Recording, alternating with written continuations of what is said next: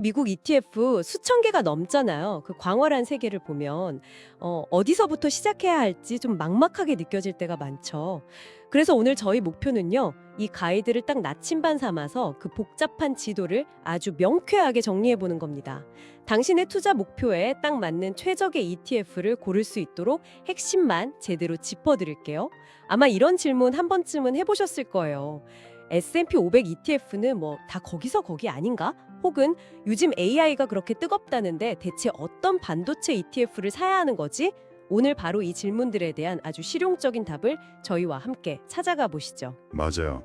ETF 투자가 되게 복잡해 보이지만 사실 핵심은 간단하거든요. 오늘 분석은 시장 전체를 사는 가장 기본적인 접근법부터 특정 산업에 대한 나의 확신을 투자로 연결하는 법, 그리고 운퇴 후에 안정적인 현금 흐름을 만들어줄 파이프라인을 구축하는 법까지 아주 체계적으로 살펴볼 예정입니다. 좋습니다. 이 가이드에서 가장 먼저 제시하는 ETF의 세 가지 유형이 바로 시장 추종형, 섹터형, 그리고 테마형인데요.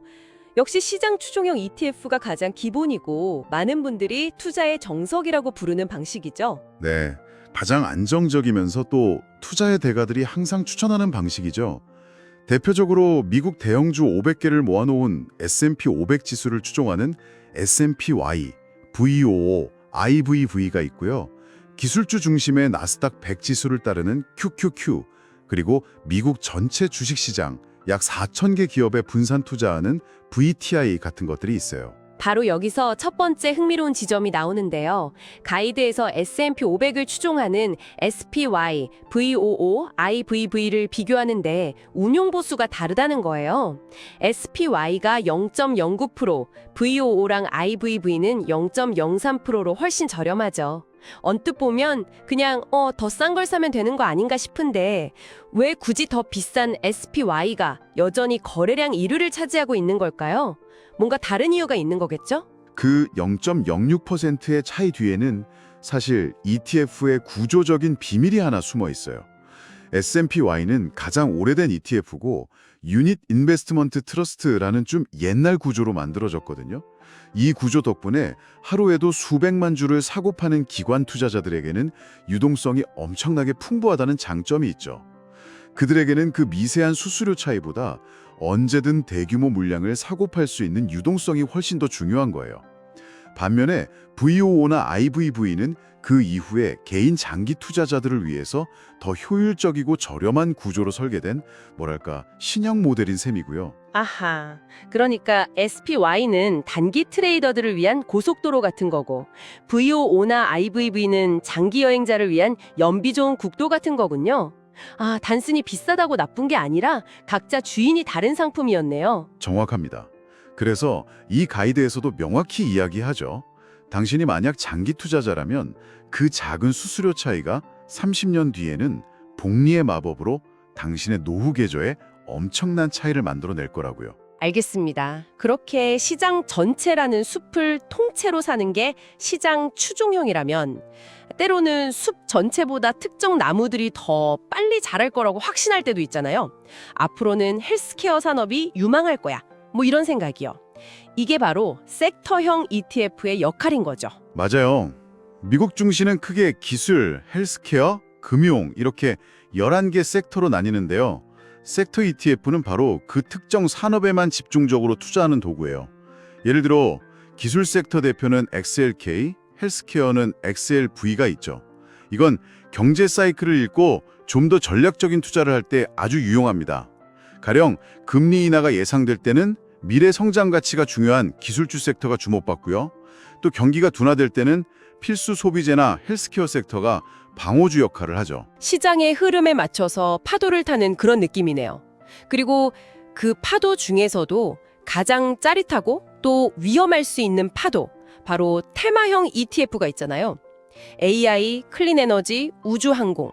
와, 이름만 들어도 가슴이 뛰는데 이건 거의 홈런을 노리고 휘두르는 스윙 같은 느낌이에요. AI나 반도체 테마의 SOXX, SMH처럼 특정 메가 트렌드에 투자해서 높은 성장성을 노리는 상품이죠. 하지만 그만큼 변동성도 엄청나다는 걸 반드시 기억해야 합니다. 바로 3별 레버리지 ETF인 SOXL 같은 상품이에요. 아, SOXL. 정말 많은 분들이 관심을 갖는 상품이죠.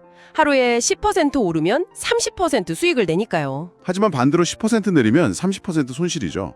더 무서운 건 자료에서 언급하는 음의 복리 혹은 변동성 소멸 효과예요. 음의 복리요. 이 상품들은 매일 수익률을 정산하고 리셋하거든요. 예를 들어 100달러짜리 ETF가 오늘 10% 하락해서 90달러가 됐다고 해보죠. 네. 그럼 내일 다시 100달러가 되려면 10%가 아니라 11% 넘게 올라야 해요. 그런데 만약 다음날 10%가 오르면 90달러의 10%인 9달러가 올라서 99달러가 돼요. 아, 기초자산은 10% 내렸다가 10% 올라서 제자리 걸음한 것 같은데 네. 내 계좌는 1달러가 사라진 거죠. 이런 횡보장이 며칠만 계속돼도 계좌가 그냥 녹아내리는 거예요. 그 매일 리셋된다는 점이 핵심이군요. 자, 그럼 이제 가장 현실적인 고민으로 들어가 보죠. 많은 미국 주식 투자자들이 밤잠 설치며 고민하는 영원한 라이벌 QQQ와 SPY. 이 가이드를 보면 둘을 섞으라고 하는데 그 전에 둘의 본질적인 차이부터 확실히 짚고 넘어가야 할 것 같아요. 뭐랄까, 성장성의 스포츠카냐, 안정성의 세단이냐, 이런 느낌으로요. 네, 미국 시장의 양대 산맥이죠. QQQ는 나스닥 100, 즉 기술주 중심의 공격수들이 모여있는 팀이에요. 애플, 마이크로소프트, 엔비디아 같은 빅테크 비중이 50%를 훌쩍 넘죠. 당연히 시장이 좋을 땐 폭발적인 성장성을 보여줘요. 반면 SPY는 S&P 500, 그러니까 11개 섹터의 선수들이 골고루 포진한 올스타 팀에 가깝습니다. 미국 경제 전체를 대표하죠. 그런데 여기서 이런 질문을 던질 수 있을 것 같아요. 최근 몇 년간 시장을 이끈 건 거의 전적으로 빅테크였잖아요. 그렇다면 SPY에 포함된 다른 10개 섹터는 오히려 QQQ의 수익률을 깎아먹는 죽은 자산, 데드웨이트 아니었을까요? 그냥 화끈하게 QQQ에 올인하는 게 더 나은 전략일 수도 있지 않나요? 실제로 지난 10년간은 그런 주장이 잘 먹혔죠. 하지만 투자는 과거가 아니라 미래를 보고 하는 거잖아요. SPY의 분산 투자는 일종의 보험 성격을 가져요. 만약 기술주가 조정을 받거나 시장의 주도주가 바뀔 때 다른 섹터들, 예를 들어 금융이나 헬스케어가 포트폴리오를 방어해주는 역할을 하죠. QQQ에 올인하는 건 공격수에게 모든 걸 거는 전략이고 SPY를 섞는 건 수비수도 함께 기용해서 팀의 균형을 맞추는 전략인 셈입니다. 결국 내가 감당할 수 있는 리스크의 크기에 대한 질문이군요. 그래서 이 가이드가 투자 성향에 따라 구체적인 조합 비율을 제시하는 거고요. 공격적이면 QQQ 70%, SPY 30%, 보수적이면 그 반대로 하라는 식으로요. 맞아요. 정답은 없고 오직 자신의 성향에 맞는다만 있을 뿐이죠. 좋습니다. 그럼 이제 현재 시장의 가장 뜨거운 중심, AI와 반도체 ETF로 더 깊게 들어가 보죠. 가이드에 나온 SOXX, SMH, XSD. 솔직히 이름만 봐서는 뭐가 다른지 전혀 모르겠어요. 다 같은 반도체 ETF 아닌가요? AI 시대의 반도체는 과거 산업 시대의 석유와도 같아요. 모든 기술의 기반이 되기 때문에 중요성이 아주 크죠. 그래서 이 ETF들의 미묘한 차이를 아는 게 중요합니다. SOXX는 약 30개 종목에 분산 투자하는 가장 표준적이고 안정적인 선택지라고 할 수 있고요.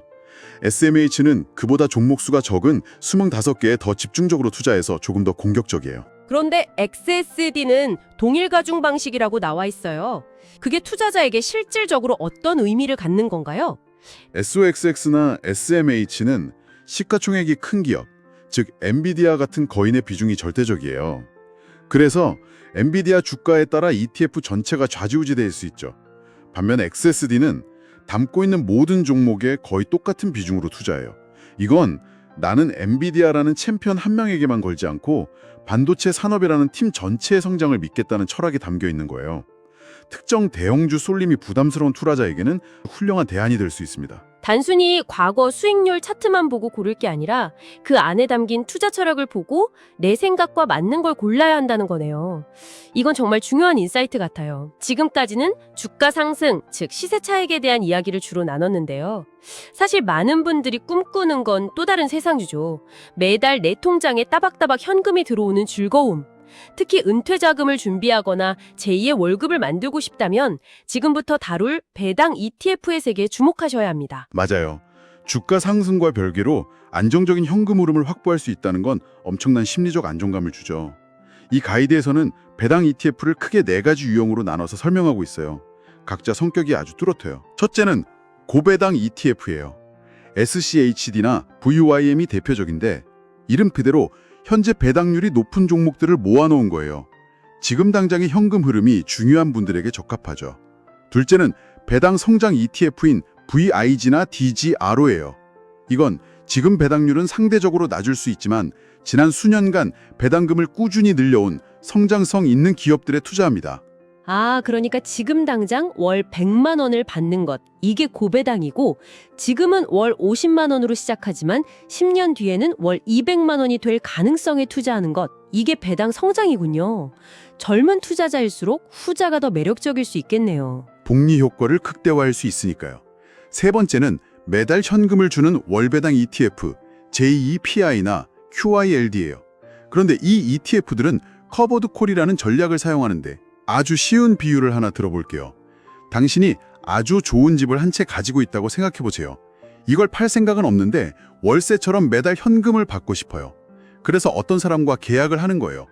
매달 나에게 100만 원씩 주는 대신 1년 뒤에 이 집 값이 20% 이상 오르면 그 오른 가격에 이 집을 당신에게 팔겠다고요. 네. 매달 받는 100만 원이 바로 JEPI의 높은 월배당금이에요. 그런데 만약 1년 뒤 집값이 2배로 폭등하면 당신은 약속한 가격에 집을 넘겨야 하니 그 큰 시세 차익은 놓치게 되는 거죠. 즉, 폭발적인 주가 상승 가능성을 포기하는 대가로 지금 당장의 안정적인 현금 흐름을 얻는 전략입니다. 와, 비유가 정말 확실하게 와닿네요. 마지막 네 번째는 뭔가요? 이름부터 왠지 든든한 느낌이 드는데요. 바로 배당귀족 ETF인 NOBL이에요. 무려 25년 이상 단 한 해도 거르지 않고 배당금을 늘려온 초우량 기업들만 모아놓은 말 그대로 명품 ETF죠. 오일 쇼크, 닷컴 버블, 금융위기 같은 온갖 위기를 다 겪으면서도 주주와의 약속을 지켜온 기업들이니 단연히 경기 침체기에 아주 강력한 안정성을 보여줍니다. 정말 다양한 선택지가 있네요. 이 가이드에 나온 AI 프롬프트 예시처럼 그 목표를 딱 정하면 AI가 이런 각기 다른 성격의 ETF들을 알아서 조합해서 최적의 포트폴리오를 짜주기도 하겠군요. 그렇죠. 안정적인 현금 흐름을 위해 SCHD 40%, 더 높은 월배당을 위해 JEPI 30%, 미래의 배당 성장을 위해 VIG 30%를 조합하면 월 예상 배당금은 얼마입니다. 와 같이 아주 구체적인 답을 얻을 수 있어요.